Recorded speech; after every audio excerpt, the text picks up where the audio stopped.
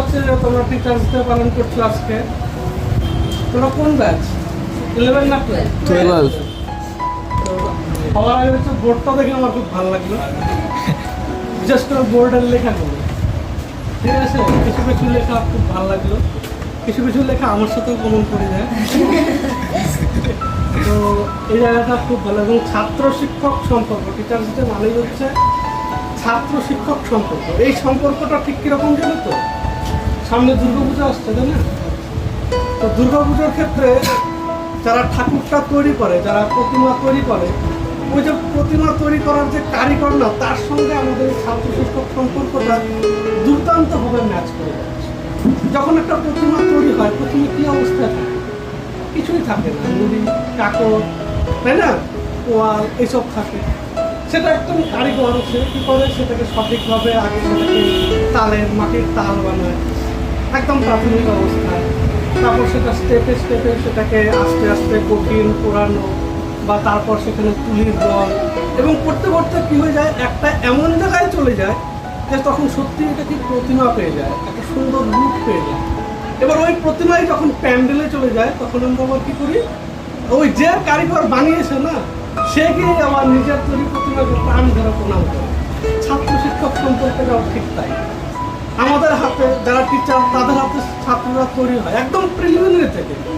Preliminary যখন তুমি কিচ্ছু জানো না, প্রথম শিক্ষক তোমার মা বাবা, সেখান থেকে তুমি আস্তে আস্তে কথা বলা শিখছো, আস্তে আস্তে তারপরে স্টেপে শিখতে শিখতে একটা সময় এমন জায়গায় চলে আসবে যে স্টুডেন্ট থেকে হয়তো তুমি এমন একটা লেভেলে চলে যাবে, যখন এই যে আজকে তোমাদের বৈশালী ম্যাডাম রয়েছে, তখন বৈশালী ম্যাডাম তোমাদের দেখে বলবে, বাহ, আমার ছাত্র ওই জায়গায় চলে যাবে, যেটা আমাদের স্টেজের মধ্যে বলতে যাবে, তখন প্রতিমায় তোমাকে পূজা করার মতো স্থানে চলে যাবে। এবং এখানেই টিচারের সফলতা, যদি তোমরা সেখানে যেতে পারো।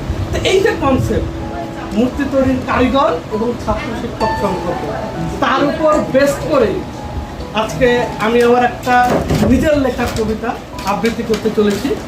আমার লেখা কবিতার নাম কারিগর। একটু কথা বলো না। একটি মাটির তাল, নুড়ি কাকুর বাড়িতে ভরা, রং নেই, বর্ণ নেই, শাখার রূপ তখনও অভাব, বাঁশ, মাটি, খড়কুটো, জলের সঠিক ব্যবহার, নিত্য নতুন আকার পায়, সেজে ওঠে রূপের বাহার। দক্ষ হাতে সুনিপুণ কাজ, ধীর গতিতে চলে, শাখার রূপে যৌবন আসে, তারুণ্য কথা বলে, তুলির টানের প্রতিটা দাগ জানান দিয়ে যায়, পূর্ণরূপে প্রতিষ্ঠিত হলে চেতনার উন্মেষ ঘটা। এ চক্র থামবার নয়, চলছে যত্রতত্র। কারিগর ওই একটা জাতি, শ্রম দিচ্ছে দিবারাত, করজোরে প্রণাম জানায়, ভক্তিতে থাকাই মা, অটুট থাক এই সম্পর্ক, জীবন কাজে 100 টাকা।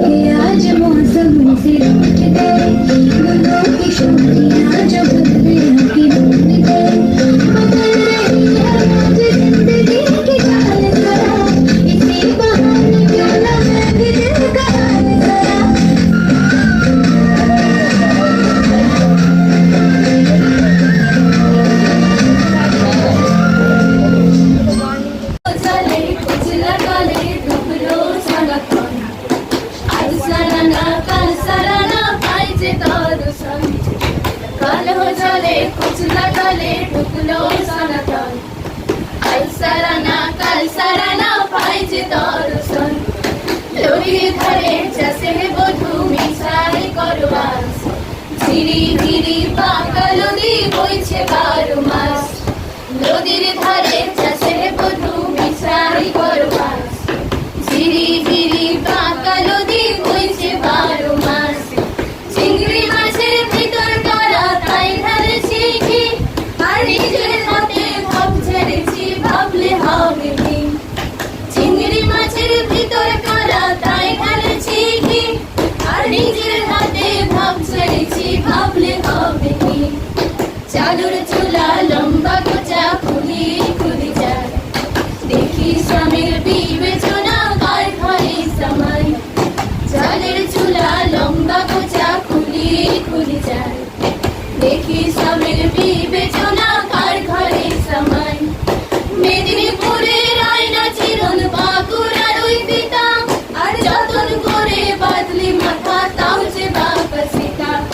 মেদিনীপুরের আয়না চিরন বাঁকুড়ার ওই পিতা, আর যতন করে বাদলি মাথা তাও যে বাঁকা সীতা। বেশপাড়িয়া রাজকুমারী গলায় চন্দ্রহার, দিনে দিনে বাড়ছে তোমার চুলেরই বাহার। বেশপাড়িয়া রাজকুমারী গলায় চন্দ্রহার, দিনে দিনে বাড়ছে তোমার চুলেরই বাহার। কলি কলি ফুল ফুটেছে নীল কালো আর সাদা, কোন ফুলেতে কেষ্ট আছে কোন ফুলেতে রাধা। কলি কলি ফুল ফুটেছে নীল কালো আর সাদা, কোন ফুলেতে কেষ্ট আছে কোন ফুলেতে রাধা। কালো জলে কুচলা তলে ডুবলো সনাতন, আজ সারানা কাল সারানা পাইছে দর্শন। নদীর ধারে চাষে বধূ